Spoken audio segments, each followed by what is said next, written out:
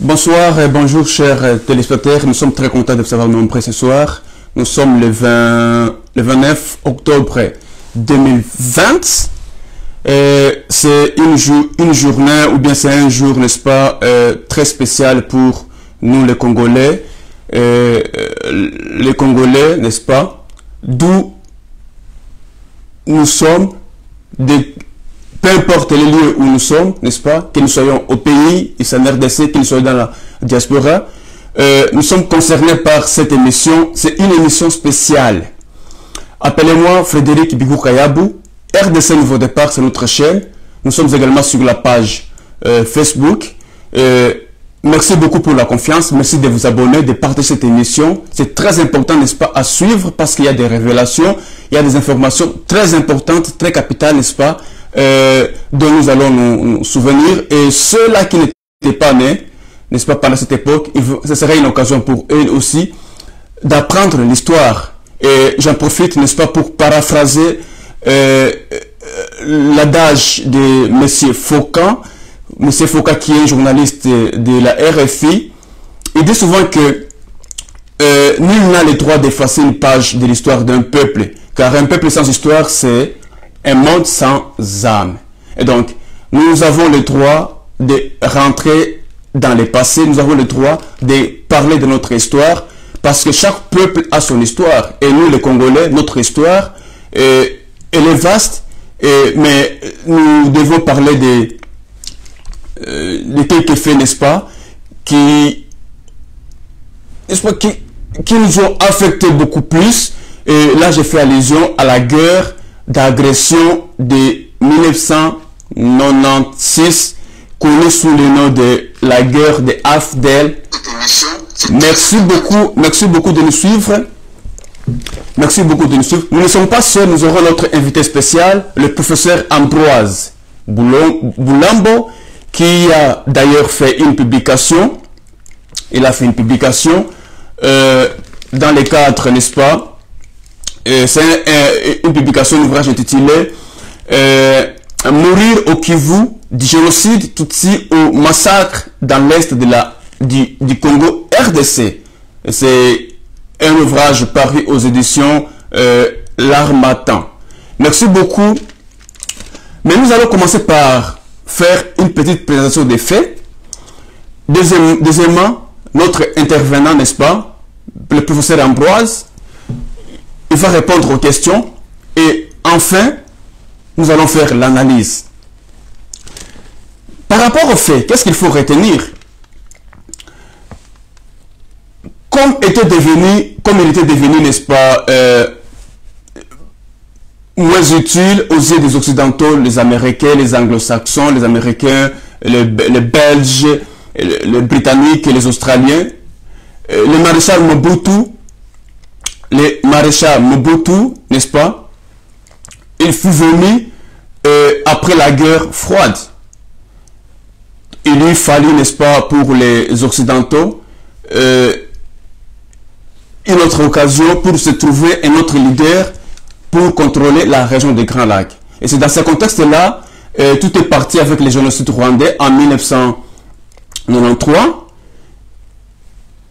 lequel était suivi par, n'est-ce pas, je dirais la délocalisation sous le nom entre guillemets de l'opération turquoise, qui a consisté à déverser des réfugiés rwandais et des militaires aussi rwandais sur les sols congolais.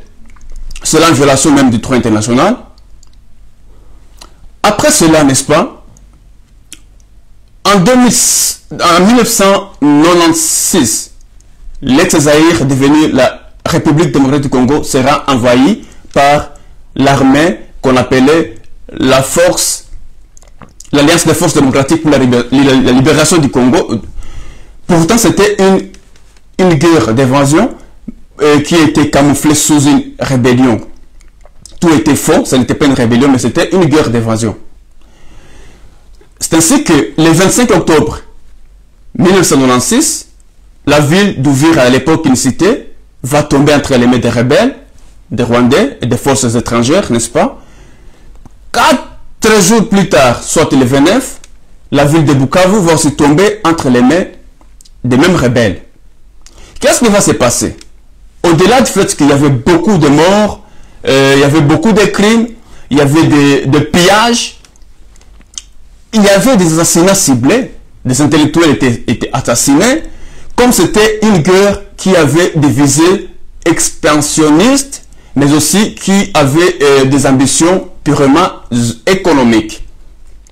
Et donc, il lui fallait contrôler la RDC, il lui fallait contrôler le peuple congolais, et c'est dans ce contexte-là que monsieur, son excellence, monseigneur Muzirwa, Christophe, sera assassiné le 23 octobre 1996 à Nyawera. Actuellement, il y a une place qui a été érigée à sa mémoire qu'on appelle la place Muzirwa. Il sera assassiné par les Rwandais de l'armée patriotique rwandaise dans des circonstances vraiment très critiques. Selon le rapport mapping, vous allez à la page 140 au paragraphe 282 4.4, on explique les contextes dans lesquels Monseigneur Muzirwa était lâchement abattu. Et il était en train de défendre les droits de l'homme, il était en train de réconforter la population, et il était resté, n'est-ce pas, fidèle à son serment. Il défendait tout le monde. C'était un vaillant défenseur des droits de l'homme. Et voilà comment est-ce que cet homme était assassiné. Mais je voudrais faire un petit rappel avant cela, n'est-ce pas? Lorsqu'il était en train de... Avant que la ville soit tombée entre les mains des rebelles, en octobre toujours, 1996, il avait appelé son ami qui était professeur à l'université de Namur, M. Emmanuel, pour lui dire que, Monsieur Emmanuel, est-ce que vous attendez les coups de balles, des mortiers qui tombent sur la ville? Il s'agit ici de la guerre d'occupation. Il s'agit ici des Rwandais qui nous attaquent. Pour reprendre ces termes, je peux dire, tu attends ces bombes, Emmanuel. Elles viennent du Rwanda. C'est la guerre aidée par les puissances occidentales, entre parenthèses, les Américains, les Anglais, et non une rébellion. Il faut dire là-bas, Emmanuel, il faut les dénoncer en Belgique. Et alors que Monseigneur n'avait pas encore fini à passer son message, la ligne était coupée. Et voilà l'homme qui était le premier à avoir dénoncé l'occupation de la RDC. Et au bout de, après 24 ans, nous sommes en train de vivre la même situation. Maintenant, aujourd'hui, nous allons, n'est-ce pas, appeler notre invité, le professeur Ambroise, qui lui est un auteur d'un ouvrage, qui lui a parlé aussi de Monseigneur Muzirwa. Et d'ailleurs, c'est à l'occasion de cette commémoration que nous allons parler de Monseigneur Muzirwa, 24 ans après son assassinat. Qu'est-ce qu'il a nous resté? Où sommes-nous? Pourquoi il n'y a pas de justice? Voilà autant de questions. Vous allez découvrir cette personne, vous allez découvrir les contextes dans lesquels elle était, cette personne assassinée, comment la guerre, n'est-ce pas, était menée, et comment est-ce que les Congolais étaient assassinés, et jusqu'aujourd'hui, il n'y a pas de justice. Merci beaucoup. Je vais tenter d'appeler le professeur pour, n'est-ce pas, entrer dans les vifs de notre sujet.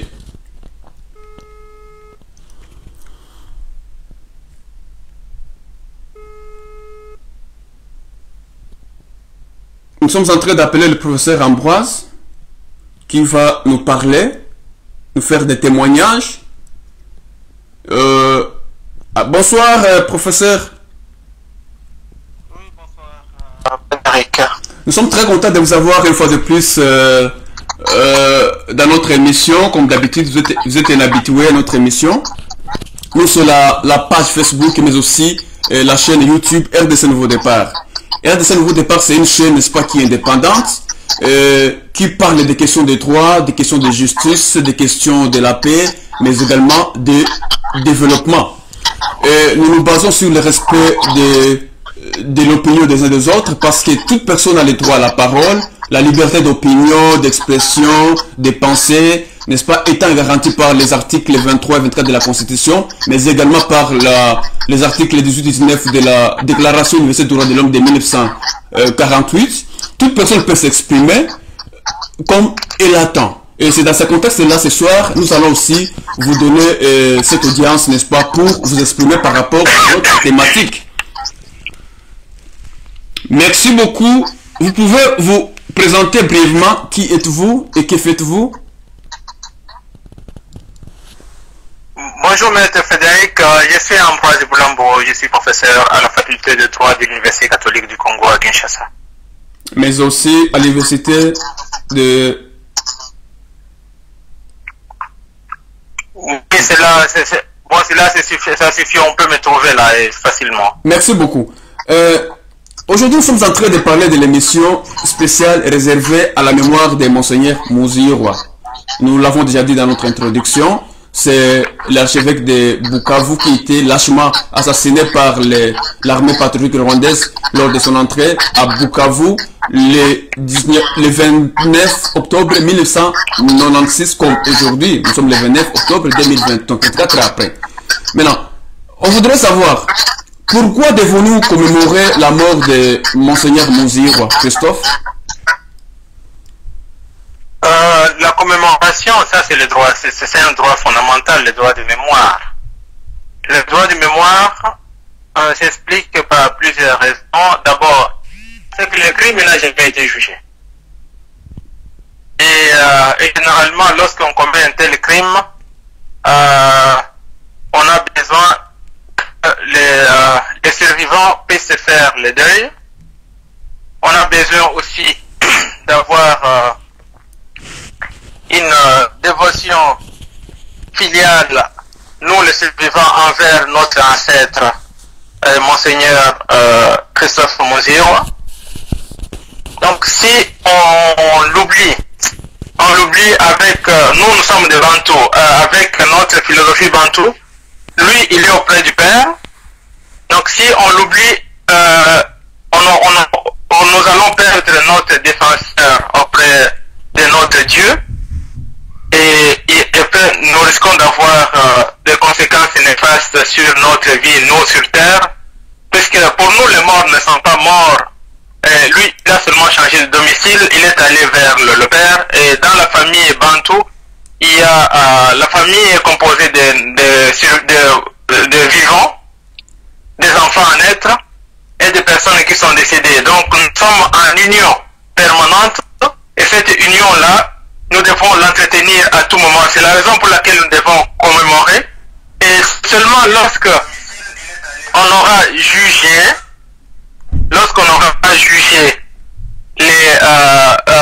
les criminels qui ne sont pas seulement l'armée patriotique, mais ce sont les militaires, tous les mercenaires qui sont venus officiellement pour prévenir le génocide des Tutsis, mais à l'appel des Banyamulenge.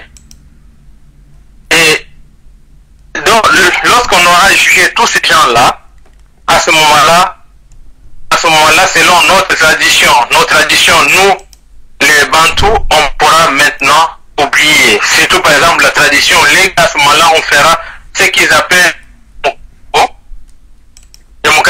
là, on n'aura plus le droit d'en parler. Mais pour le moment, on a l'obligation morale et l'obligation juridique de continuer à en parler pour obliger, pour inciter la communauté nationale et internationale à juger les crimes. Merci beaucoup pour cet élément de réponse. La deuxième question est la suivante. Quel rapport y a-t-il entre votre ouvrage Mourir au Kivu et la mort de Monseigneur Muziirwa? Y a-t-il un rapport? Oui, il y a le rapport, puisque les livres, je l'ai écrit, c'était pour immortaliser cet acte-là, pour immortaliser cet acte criminel, pour que les gens n'oublient pas, et pour qu'on puisse, le moment venu, vous avez vu que même j'ai essayé de prendre les photos ces jours-là, les jours du crime même, et immortaliser cela pour qu'on n'oublie pas. Et que lorsque les criminels, en plus que les criminels, ils jouent toujours sur le temps. Ils disent que après, comme les Congolais oublient rapidement, après quelques années, ils auront oublié, et puis on va dire, comme maintenant, je crois que vous êtes en train de suivre maintenant les discours des gens qui avaient décrété la guerre, et les gens qui avaient appelé les mercenaires venus de Rwanda, du Burundi, de l'Ouganda, et je sais pas, d'Érythrée, pour les défendre, donc les Banyamulenge, aujourd'hui se disent qu'ils sont victimes, alors que c'est leur guerre qui a tué des innocents, comme Monseigneur Muziro, et pour la défense de leur prétendue nationalité qu'ils avaient déjà depuis 1972. Donc c'est ça, c'est toujours dans cette obligation des droits de mémoire que le livre a été écrit. Et aujourd'hui, je crois que quand vous lisez même le rapport mapping, vous allez voir qu'il est cité plus de 50 fois. Ça a constitué même la source de première main au rapport mapping. Donc si je n'avais pas écrit ce livre-là, le rapport mapping serait quelque part biaisé et diminué puisqu'il n'y avait pas de preuves. Alors ce livre constitue un élément de preuve à tout jugement qui viendrait et que maintenant moi l'auteur, je peux ou ne pas vivre, mais le livre est déjà là, le livre il est immortel, il est en plusieurs milliers, il circule dans toutes les bibliothèques, donc voilà, immortalisé, c'est un élément de preuve, ces livres-là. Est-ce que voudriez-vous nous dire quelles sont les grandes lignes de ce livre, à part l'assassinat de Monseigneur Muziro? Donc, le livre, il reprend beaucoup de crimes que j'ai observés pendant la première guerre dite de libération de 1996. Notamment, il y a par exemple le massacre des officiers militaires qui a eu lieu à l'aéroport de Kavumu. Mm-hmm. Il y a les femmes enterrées vivantes et à Mwenga, oui. Il y a les crimes de Kasika. Mm-hmm. Il y a la terreur qui était comme mode de gouvernance de l'AFDEL et de Banyamulenge. Donc tous les crimes sont répertoriés. Et la terreur qui était érigée en mode de gouvernance par l'AFDEL sous la direction des libérateurs du Rwanda. Et il y a aussi beaucoup de... ça répertorie pour beaucoup plus les crimes et les modes de commission de ces crimes, les contextes dans lesquels les crimes ont été commis. Donc tout se trouve dans les livres et que je recommande à tout le monde de lire pour se remémorer puisque les gens ont commencé à oublier et comme vous savez que notre espérance de vie au Congo c'est 53-55. Donc les gens qui avaient 20 ans ou qui avaient 30 ans en 1996 pendant les crimes, ils sont pratiquement déjà morts. Donc c'est ça l'utilité de ce livre. C'est pour les enfants qui sont nés en 1990, qui n'ont pas vraiment vu ou observé comment les crimes se commettaient. Et ils peuvent savoir dans quel contexte. Vous voyez le contexte qu'il y avait en 1996, comment le Rwanda a posé des bombes à Bukavu pour créer la panique dans la population. Tous les jours, il y avait une mine anti-char qui sortait à Nguba, dans les quartiers Keredi, tel endroit. Il y avait une terreur terrible dans la ville avant l'occupation, et qui demeure jusqu'à aujourd'hui. Et c'est ça, ce contexte-là, ça permet, comme historien, j'ai rédigé c'est un livre d'histoire, et ça permet aux jeunes de voir et de connaître l'histoire de leur pays, puisque, comme Lumumba disait, il faudrait qu'un jour que l'histoire du Congo soit écrites par les historiens congolais eux-mêmes. Et moi, j'ai contribué à travers ces livres-là. Je recommande vraiment les jeunes qui sont nés après 1990 et aussi les survivants de ces massacres-là, de ces ressourcer à travers ces livres-là. Merci beaucoup pour cette publication qui est très importante, surtout que ça a aussi permis, n'est-ce pas, aux experts des Nations Unies dans le travail de mapping, de cartographier les crimes, les sites où des Congolais et d'autres victimes de violations des droits de l'homme et des organisations militaires étaient, n'est-ce pas, enterrés pendant la période précise, à savoir 1993 et 2003.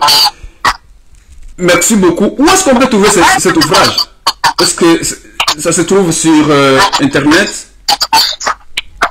Heureusement, le livre il a été publié aux éditions L'Harmattan à Paris, donc il est disponible à l'Internet. On peut le commander par Amazon, on peut commander directement à l'Harmattan. Même à l'Harmattan Kinshasa, on peut l'avoir, juste il suffit de commander. Même à l'Harmattan Kigali, on peut commander. Je crois que le livre, il est disponible. Vous commandez dans 3 jours, vous l'avez. Merci beaucoup. Et c'est moins cher, ça ne coûte que 20 euros. 20 euros, merci beaucoup. Je poursuis avec la troisième question, peut-être la dernière. Peut-on faire un lien, peut-on établir un lien entre les propos récemment tenus par les députés Mouindo et ceux du monseigneur Mouziroua, s'agissant de l'occupation de la RDC? Mouindo, c'est lui qui a interpellé le ministre d'État, M. Azarias Ruberwa, pour le dossier de Minembwe. Parce que quand il a parlé, il a soulevé un point très important, à mon avis, qu'il y a même des députés congolais qui sont... On sait qu'ils sont des Congolais, mais lorsqu'ils sont arrêtés au Rwanda, ils deviennent des Rwandais. Ils réclament la nationalité rwandaise. Il a aussi cité au sein de l'armée congolaise le cas de Bosco Ntaganda, qui, une fois transféré à la Cour pénale internationale, il va nier qu'il n'est pas congolais, mais plutôt rwandais. Y a-t-il, le monseigneur Mouziroua avait dénoncé à son temps l'occupation du Zaïre par les armées étrangères, qui étaient des proxys des Occidentaux, notamment des Anglo-Saxons. Peut-on établir un lien? Si oui, comment? Moi, à ma connaissance, j'étais voisin de monseigneur Mouziroua à côté de la cathédrale. Et généralement, je n'ai pas vu en lui que quelqu'un qui était contre la présence étrangère au Congo. Et je crois que M. Zangui aussi, il n'est pas contre la présence des étrangers au Congo. C'est que lui, il craint seulement que, d'abord, concernant Zangui, il craint que les populations congolaises d'origine rwandaise ne soient pas fidèles à la nation congolaise ou à l'État congolais. Il manque le devoir de loyauté, leur manque, c'est que ils viennent, ils tuent leurs propres compatriotes et pour se défendre, ils les retournent dans leur état d'origine. Donc c'est ça, c'est ce qu'il est en train de dénoncer. Il dit que voilà, si vous appartenez à une communauté de vie, à une nouvelle nationalité, à un État, vous devenez ressortissant à cet État où vous avez quand même le devoir de loyauté envers cet État-là. Vous devez les défendre de toute votre force, respecter les lois de ce pays et en aucun cas vous ne pouvez pas vous soustraire de vos crimes en évoquant la nationalité d'origine. Et là, c'est ce qu'il a en train de dire, qu'il trouve que la balance penche beaucoup plus sur le Rwanda, sur le Congo. Mais on ne peut pas... la question de double nationalité, c'est clair que beaucoup de Rwandais ont la double nationalité. Ils sont Rwandais, ils sont Congolais. Et là, nous ne pouvons rien faire puisqu'ils le sont. Ils le sont, mais c'est que l'honorable Zang demandait, c'est leur devoir de loyauté envers le Congo. Puisque un petit Congolais, un petit Mouyamoulengue, qui est rwandais, qui est congolais, ou bien dont le père est resté à Luvungi et lui il est autorité à Kigali, et qui ne fait pas de problème à la RDC, qui est investi à Luvungi ou qui est investi à Kinshasa, le problème ne se pose pas. Le problème ne se pose pas en fait, mais c'est lui parlait vraiment de cette catégorie de criminels, hein? Cette catégorie de criminels dont il parlait. Mais pour ce qui concerne l'intégrité du territoire, il y a un point commun. Il y a un point commun, c'est que l'intégrité du territoire, ce sont des Congolais beaucoup plus d'origine rwandaise qui heurtent, qui portent atteinte à l'intégrité du territoire du Congo, qui appellent les étrangers, leurs compatriotes de leur état d'origine, à violer l'intégrité du territoire du pays, à piller le pays, à tuer des Congolais. Et en fait, là, ce sont des crimes de haute trahison, des crimes contre l'humanité. Et là, je crois qu'on ne peut pas invoquer sa nationalité d'origine pour se disculper contre les crimes contre l'humanité commis sur le territoire d'un État choisi ou d'un tiers État, puisque ce sont un crime contre l'humanité, ce n'est pas un crime contre la RDC, c'est un crime contre l'humanité entière. Et parmi ces crimes-là, on a vu par exemple qu'il y a ces crimes qui sont considérés comme des crimes contre l'humanité, qui sont considérés comme des génocides. Par exemple, l'assassinat de Monseigneur Muzirwa comme catholique, comme évêque, comme représentant, comme l'ordinaire du diocèse de l'archidiocèse de Bukavu, en connaissance des causes. On savait bien qu'il était archevêque. Donc, et puis on a vu la suite, après l'avoir assassiné, on a assassiné encore Monseigneur Catalico. Ça, on a continué, on a tué des prêtres espagnols qui étaient sur le mont Karale. On a tué l'abbé Coco, on a tué l'abbé Stani. Et aujourd'hui même, on voit même lorsque Monseigneur Muyengo essaie de parler de cette occupation, lui-même il est menacé.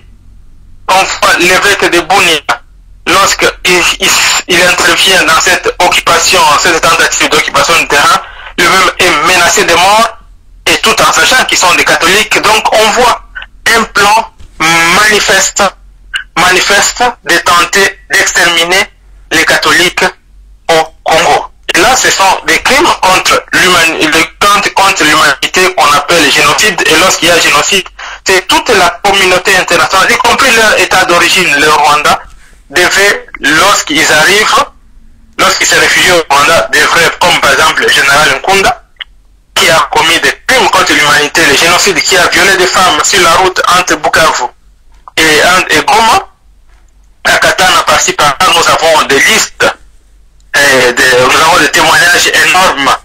Et puis, il devait être remis à la RDC pour crimes contre l'humanité, pour crimes de génocide par le Rwanda, et non les protéger, puisque c'est un crime contre l'humanité, ce n'est pas contre la RDC ou contre les Congolais, mais c'est crime contre l'humanité. Voilà, donc, il y a donc Zangi dénonce l'occupation, la tentative de démembrement du pays, de dépassement de la RDC, la continuation des génocides, et par les mêmes personnes qui réclamaient à l'époque la nationalité. Aujourd'hui, ils ont la nationalité toujours maintenant, comme disait Madame Eva Bazaïba, toujours des revendications ascendantes. À l'époque, c'était la nationalité. Aujourd'hui, c'est maintenant la terre, et demain, ça sera l'autodétermination. Donc, il y a quand même, il y a des liens entre ces dénonciations-là, et aussi, il y a un lien avec les menaces. Ce que je vois, c'est que l'interview de Nyarugabo, et là, c'est clair, il y a vraiment des menaces envers toutes personnes qui essayent de dénoncer ces crimes, ces projets de démembrement de la RDC. Ils se sont des menaces depuis longtemps. Combien de réfugiés? Moi-même, j'ai fait 15 ans réfugié. Ensuite, je ne pouvais même pas rentrer puisque j'étais menacé de mort par les mêmes personnes. Donc voilà. Donc nous comprenons qu'il existe un lien très clair entre les propos du feu Monseigneur Mouzihirwa, qui à son temps avait dénoncé déjà, quand on ne savait même pas, il avait dénoncé l'occupation et il avait dénoncé le fait que les puissances occidentales, les anglo-saxons, les américains, les belges en tant qu'alliés, les anglo-saxons, les belges, les canadiens, les australiens et quelques pays scandinaves avaient utilisé le Rwanda, l'Ouganda et d'autres pays pour attaquer le Congo afin de contrôler ses richesses nationales, ses richesses, n'est-ce pas, naturelles. Et aujourd'hui, vous venez de démontrer clairement que le député Mouindo, n'est-ce pas, a fait la même lecture, et la même lecture qui est aussi partagée par certains auteurs comme j'ai déjà lu Patrick Léco à ce sujet, j'ai déjà lu Charles Onana, je me souviens aussi en 2013 j'avais lu Pierre Péan, et il y a aussi même Colette Brackman quelque part, il en parle mais pas vraiment beaucoup avec beaucoup de ce sens comme ces auteurs ici. Je comprends que tous ces auteurs, tous ces gens, n'est-ce pas, disent la même chose. Mais pourquoi les Congolais de lambda ne veulent-ils pas comprendre cette réalité? Qu'est-ce qui se passe dans la tête des Congolais? Parce qu'il y a beaucoup de gens qui disent qu'il n'y a pas vraiment, les complots, ça n'existe pas. Pourquoi cette méfiance? Moi, à mon avis, il ne faut pas autoflageller les Congolais, puisque ils sont déjà traumatisés par plus de 25 ans de guerre, de terreur, ils vivent dans la terreur permanente. Je suis personnellement sûr, si vous étiez au Congo, à la RTNC, à la sortie de votre de la tour RTNC, on va vous cueillir. On va vous cueillir, vous le dites, puisque vous êtes dans la démocratie. Vous vivez dans la démocratie, mais les Congolais qui vivent au Congo, ils n'ont même plus l'essence, ils sont désorientés, ils n'ont plus l'essence du bien et du mal. C'est comme demander à un capo juif qui tuait son frère dans les camps de concentration et réfléchir s'il doit refuser, l'ordre du chef nazi et aller où? C'est ça le Congolais qui est là. Comment il peut oser critiquer l'opinion de Nyarugabo ou l'opinion de Robert, c'est un ministre d'État qui détient 60% de l'état-major du Congo et qui a 300 colonels. C'est une machine de guerre, une machine de la mort. Et comment vous voulez qu'un petit citoyen congolais, qu'il soit coupable puisqu'il n'arrive plus à réfléchir lorsqu'il commence même à adorer son bourreau et qui souffre du syndrome de Stockholm. Ce qu'on doit faire, c'est organiser des séances, de thérapie collective, des thérapies de groupe, des thérapies individuelles pour essayer de guérir l'homme congolais. Il souffre, il est malade. On doit avoir vraiment la compassion envers ces peuples, envers les citoyens congolais lambda, au lieu de les condamner à nouveau. Vraiment, c'est très profond. C'est très profond. C'est très profond même. Moi-même, je manque les mots. C'est très profond, vraiment. Oh là là. Je m'en vais pour la dernière question. Pourquoi, quand on parle de la justice, quand on parle des rapports mapping, parce qu'il y a la connexion entre l'assassinat des monseigneurs, c'est un crime, quand on parle de la justice, quand on parle de mapping, je constate que les Banyamulenge ne sont pas prêts pour appuyer cette lutte. Pourtant, parmi eux, quand vous lisez les rapports mapping, ils ont été aussi des victimes. Il y a des crimes qui étaient commis contre les Banyamulenge et qui ont été documentés dans les rapports mapping.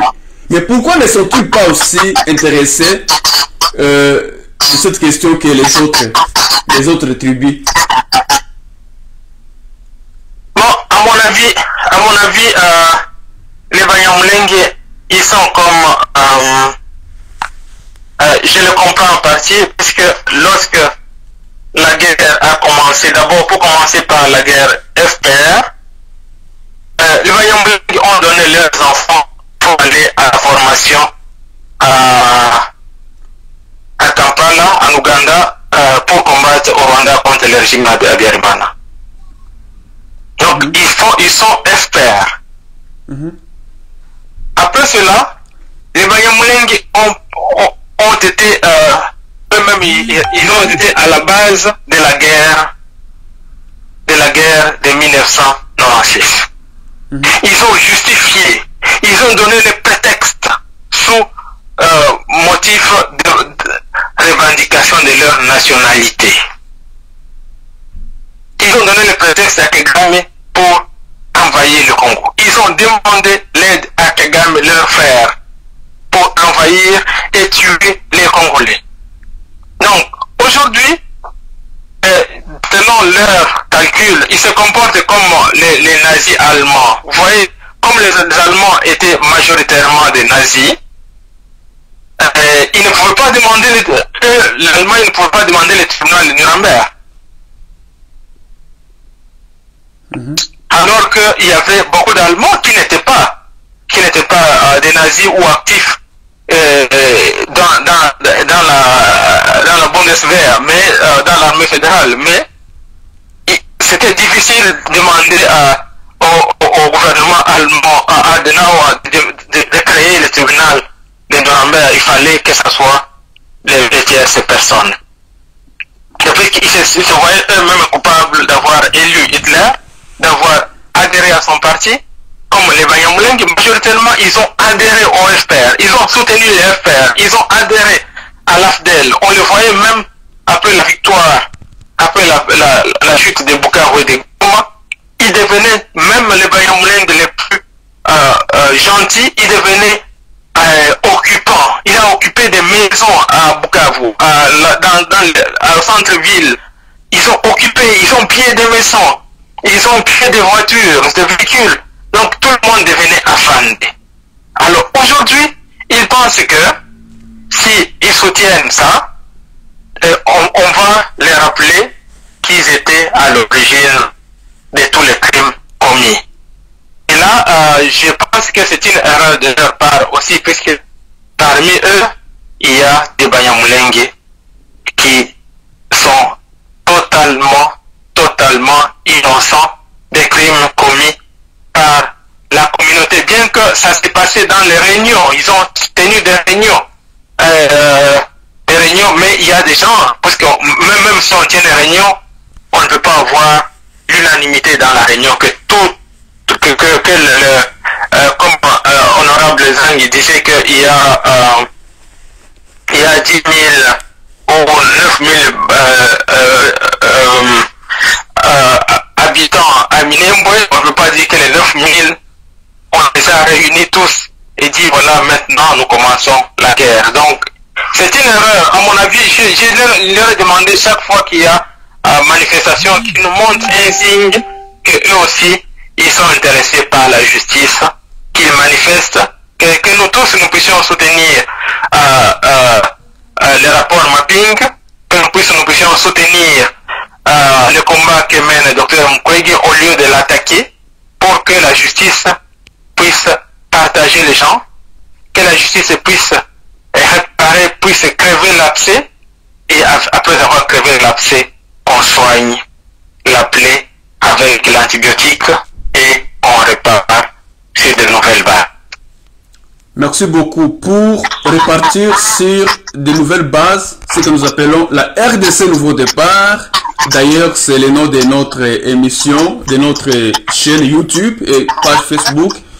Pour une bonne RDC, nouveau départ, il faut qu'il y ait la justice, qui est un bourreau d'un côté, de l'autre côté qui est la victime, qui va s'affronter devant le juge et celui-ci, n'est-ce pas, va dire les droits. Après avoir bien entendu fait respecter les droits de la défense au présumé auteur. Et ce n'est qu'à cette condition-là que nous pouvons penser à la paix. Ce n'est qu'à cette condition-là que nous pouvons penser, n'est-ce pas, au développement. Sans cela, on sera en train, n'est-ce pas, de perdre le temps, les années vont passer. Et j'ai appris qu'à Bukavu, on a découvert 50, au moins c'est quoi, 50 fosses communes. Et voilà un autre dossier qui va ressurgir. Et donc, il faut qu'il y ait justice. Merci beaucoup. Quel est votre dernier mot à la société civile? Bon, en tout cas, moi, mon dernier mot, c'est demander d'abord aux Banyamulenge qui sont puissants, qui détiennent, qui contrôlent toutes les forces de sécurité du Congo, de comprendre que leur politique d'assassinat est contre-productive et qu'ils doivent que s'ils se reconnaissent comme Congolais, qu'ils puissent servir qu'ils puissent offrir leur force militaire à la paix, à la coexistence pacifique, à la protection de chaque individu, de chaque citoyen congolais, au lieu d'utiliser leurs forces militaires comme armes de destruction massive pour terroriser les petits citoyens lambda, pour terroriser, pour assassiner les hommes politiques, pour protéger, ça doit être pour protéger M. Zangi qui n'a fait que dire la vérité qui est honorable, ce n'est pas pour les tuer, puisque maintenant je suis sûr qu'ils sont en train de chercher comment les tuer, comment l'empoisonner. Pour protéger Monseigneur Mouyengo, pour protéger l'évêque de Bunia, pour protéger tout citoyen et que qu'ils puissent aussi s'engager activement à promouvoir les rapports mapping et à demander l'instauration de ce tribunal pénal qui sera, que ce soit spécial ou international, mais où il y aura des juges étrangers qui seront indépendants, impartiaux, et qui vont dire le droit correctement et avec les jugements, avec ces jugements qui ne sera pas un jugement pour humilier quelqu'un, ça va permettre aux criminels et aux survivants et aux personnes qui sont décédées ou que la guerre ou que les crimes ont poussé dans la communauté des ancêtres anticipativement, de se réconcilier et de partir ensemble, de reconstruire un nouveau Congo, un Congo plus meilleur qu'aujourd'hui. Merci beaucoup, professeur Ambroise Boulambo, pour cette intervention. C'est par ces termes que nous allons nous séparer avec vous pour continuer, n'est-ce pas, avec notre deuxième partie, troisième partie, ou le troisième point, l'analyse que nous allons faire dans cette émission. Merci beaucoup. C'est par ces termes que nous allons nous séparer, que les Banyamulenge, que tous les Congolais soient unis, que tous les Congolais, n'est-ce pas, mènent une seule lutte, à savoir la défense des droits de l'homme, de la justice, de la paix, en se focalisant sur le rapport mapping. Merci beaucoup. La vie de tout le monde compte. Nul n'a le droit d'ôter la vie à son prochain. Merci beaucoup, professeur. Merci à vous. Ok. Voilà, mesdames, mesdemoiselles et messieurs, chers amis, chers internautes, nous venons de suivre l'intervention du professeur ce qu'il veut de dire par rapport au dossier d'assassinat de Monseigneur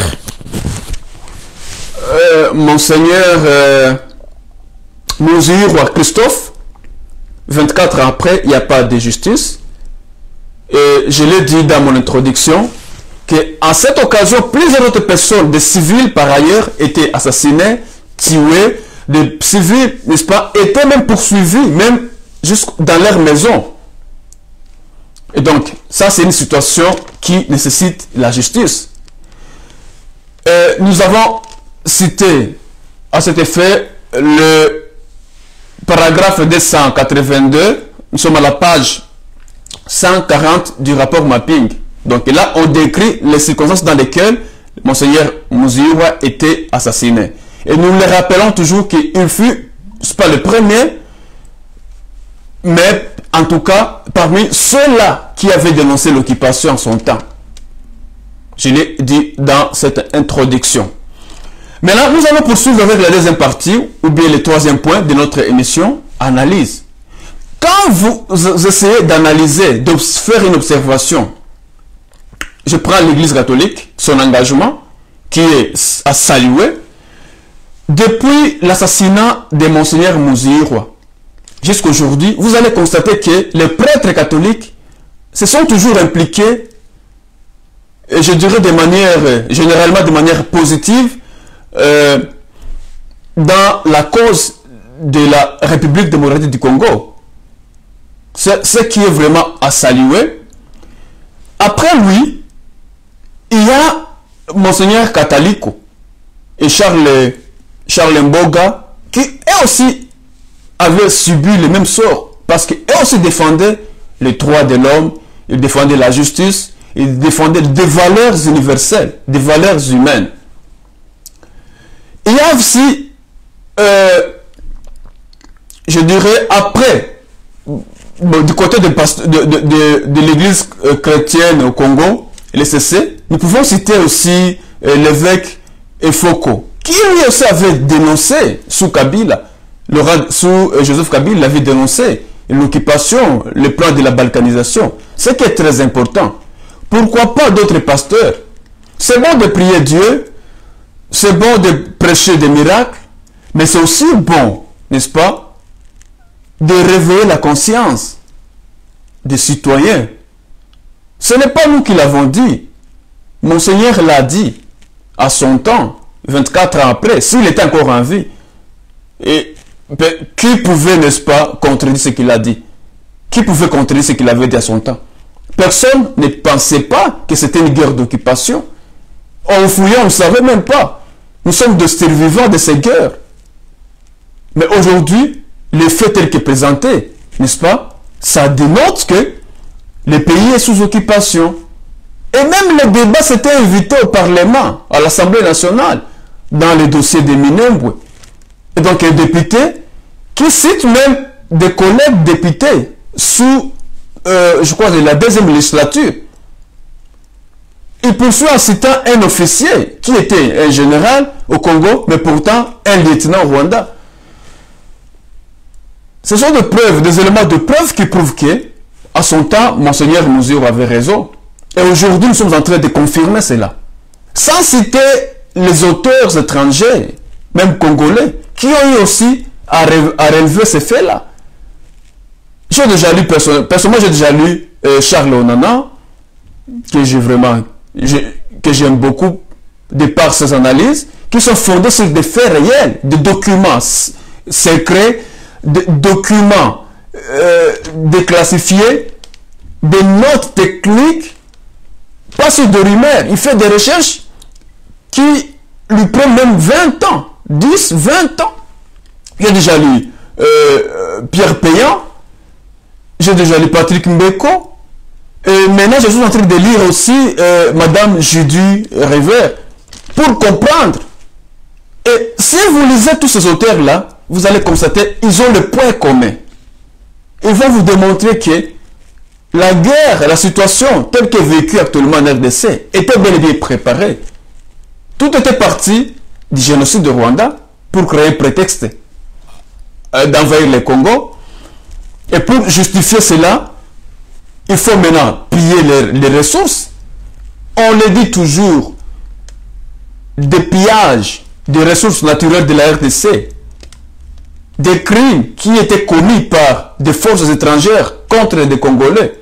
Ce n'est pas moi qui l'ai dit. Même la Cour internationale de justice, à l'occasion de l'affaire, la RDC contre l'Ouganda, le Rwanda et le Burundi, communément appelée l'affaire des activités militaires sur le territoire de la RDC et contre celle-ci, la Cour a eu à confirmer que l'Ouganda pillait les ressources naturelles de la RDC, que c'était une guerre d'occupation en occupant la partie orientale de la RDC, Ituri notamment, en créant une fausse rébellion dirigée par Jean-Pierre Bemba. La Cour a démontré qu'il y avait des crimes internationaux, des crimes contre l'humanité, des crimes de guerre. Il y avait des crimes.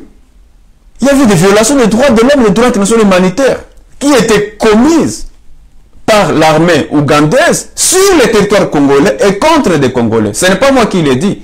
La jurisprudence est disponible sur Internet. Et aujourd'hui, après 15 ans, parce que l'arrêt était rendu en 2005, et aujourd'hui nous sommes à la phase, n'est-ce pas, de voir comment est-ce que l'Ouganda va maintenant réparer, payer les dommages et intérêts. Ce n'est pas moi qui l'ai dit. Vous pouvez aussi lire, n'est-ce pas, les livres blancs, parce qu'il y en a deux. Il y a la version de décembre 1998 qui était vraiment écrite par l'actuel sénateur Cheo Kitundu. À son temps, il était le ministre des droits de l'homme sous l'aura de Zéré Kabila. Dans ce document, qui d'ailleurs était présenté devant la Cour internationale de justice, ce document montre, parle, mentionne des noms des victimes. Peut-être, en lisant, vous pouvez tomber sur les noms d'une victime que vous connaissez à son temps. Adresse, lieu, crime commis par auteur présumé, ainsi de suite. Et donc, tous les faits, et aujourd'hui, sans parler de la situation à l'Est, notamment à Beni, à Ituri, tout ce qui est de l'insécurité à l'Est, c'est une situation qui était bien planifiée. Et donc, nous sommes en train de subir. Nous sommes en train de subir. Et donc, vous allez constater que dans la région des Grands Lacs, les Anglo-Saxons avaient tout préparé pour, n'est-ce pas, mettre du feu. C'est pas moi qui l'ai dit. C'est pas moi qui l'ai dit. Donc, c'est juste question de se documenter, de lire les ouvrages. En tout cas, ce sont des ouvrages qui, même après 20 ans, ils n'ont jamais été contredits, officiellement. Et vous savez, le principe des contradictoires est très important en science. On ne peut pas seulement dire que non, c'est des mensonges, c'est de la propagande, c'est de la haine ou de quoi. C'est la science. En science, on s'invite avec des idées, des réflexions, des principes. Et donc, si quelqu'un a fait une publication sur un fait au sujet d'une question quelconque, et que vous ne parvenez pas à contredire cette publication, vous vous limitez seulement à crier, à dire non, il y a ça, c'est des mensonges. Scientifiquement, l'idée ne passe pas. Et donc, quelqu'un qui a recouru, il a recouru même aux archives des Nations Unies, aux travaux d'experts des Nations Unies, au groupe d'études des experts des Nations Unies. Il vient avec des preuves. Et vous permettez seulement de dire non, c'est des mensonges. Scientifiquement parlant, votre raisonnement ne tient pas debout. Et voilà que Monseigneur Mouziroua, il avait prévu tout ça. Et donc je disais que, si vous regardez au sein de l'Église catholique, des prêtres s'étaient engagés. Ils s'engagent pour la cause de la nation. Et même dans la Bible, si vous lisez la Bible, quand les enfants d'Israël étaient persécutés en Égypte, il y avait Moïse qui s'était levé. Et du temps du roi Saoul, je crois Saoul, oui, il y avait David qui s'était levé. Donc, pourquoi pas des pasteurs actuellement en RDC? La RDC a plusieurs églises. C'est ça que je n'arrive pas à comprendre. Il y a beaucoup d'églises, il y a beaucoup de pasteurs, il y a beaucoup de confessions. Ce qui est bon, la liberté d'expression d'opinion. Mais il faut se tenir compte du social, il faut tenir compte de la situation telle qu'elle est vécue par les fidèles. Un leader, souvent l'exemple de la Bible que vous prêchez. Si je fais un tour, n'est-ce pas, je rentre dans le passé aux États-Unis, le docteur, professeur Martin Luther King, il est aussi un pasteur, mais il défendait les droits sociaux des Nord-Américains. Et aujourd'hui, si les Nord-Américains, maintenant vous vivez aux États-Unis, vous bénéficiez de ces droits-là, mais c'est parce qu'il y avait eu un homme qui s'était battu pour ça. Et donc, au Congo, on doit se faire autant. On doit se faire autant. Je salue le travail de l'évêque Ekofo, qui avait soulevé cela dans son homélie devant les politiciens congolais. Il avait dénoncé. Le message était passé. Ça, c'est bon. Ça, c'est très important. Et donc, vous allez constater que les prêtres sont assassinés parce qu'ils disent la vérité. Je poursuis avec quelques citations, quelques phrases que disait Monseigneur Mouzirwa. Pour lui, il avait certaines réflexions. Ça, je l'ai tiré du mur de Facebook de l'abbé Bala. Quand M. Bala raconte, il dit que Monseigneur Mouzirwa leur disait, de tous les actes de la vie, la mort est le plus important. De tous les actes de la vie, la mort est le plus important. Et que tous les actes de la vie préparent la mort qui l'honora. Poursuit-il, vivre parce que l'on va mourir, nous vivons comme si nous ne mourrons jamais. C'est l'utopie. Vous pensez que vous ne mourrez pas, c'est de l'utopie. Il dit aussi que lors de la célébration de ces 25 ans, n'est-ce pas, de travail de sacerdotal,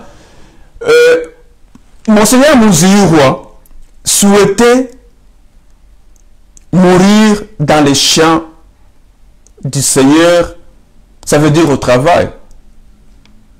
Il voulait mourir dans les champs du Seigneur, au travail. Ces paroles, il les avait dites en 1983. Aujourd'hui, c'est 37 ans. Et à son temps, en 96, c'était 12 ans. Donc, quand il avait tenu ce propos, en 1983, 12 ans après, et il est mort effectivement sur le champ de bataille, parce qu'il défendait les droits de l'homme. Il était abattu. Voilà l'exemple que nous pouvons suivre tous. C'est très important. C'est très important. Merci beaucoup de nous avoir suivis. Merci d'aimer notre page Facebook. Mais aussi, nous vous prions de vous abonner à notre chaîne YouTube RDC Nouveau Départ. Pourquoi? Parce que chaque fois que nous serons en ligne, n'est-ce pas, que vous soyez notifiés. Partagez nos émissions. Si vous avez aussi envie d'intervenir, veuillez nous contacter. Nous avons notre adresse email RDC Nouveau Départ en un seul mot @gmail.com. Il y a aussi le numéro de téléphone, WhatsApp. Vous pouvez aussi nous envoyer un message sur Messenger. Si vous voulez intervenir, vous avez quelque chose à partager avec nous, soyez les bienvenus. Nous respectons le point de vue de tout un chacun.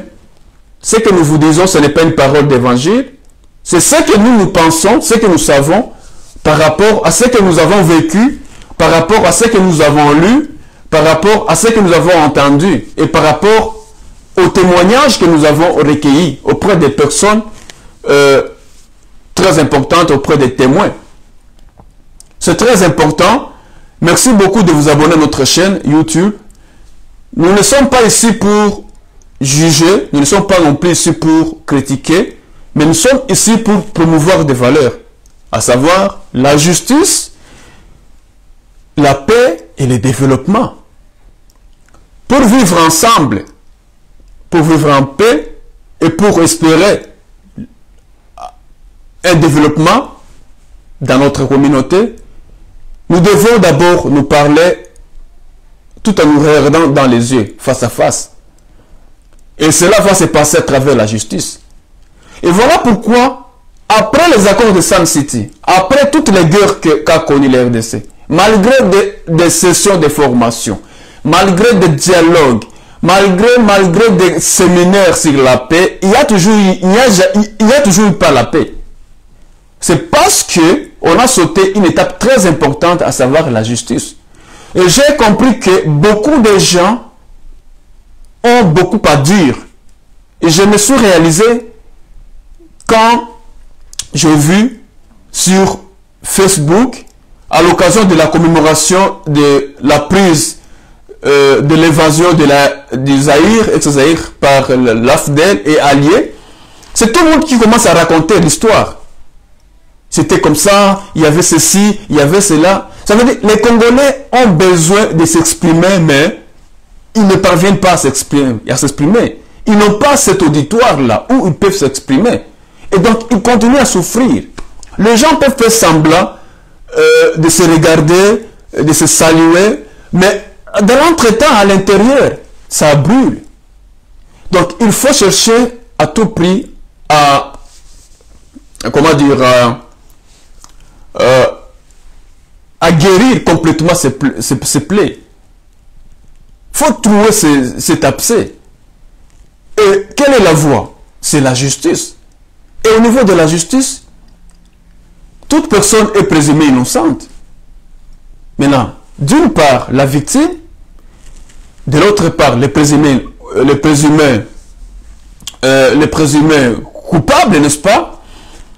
Chacun d'eux va donner ses moyens de défense pour se défendre devant les juges, et au regard de preuves présentées, le juge pourra trancher et dire tel est coupable, tel ne l'est pas. Et ce n'est qu'à cette condition-là que nous pouvons espérer à la paix en RDC. En dehors de ça, nous allons perdre le temps. Nous allons perdre le temps. Merci beaucoup de nous suivre.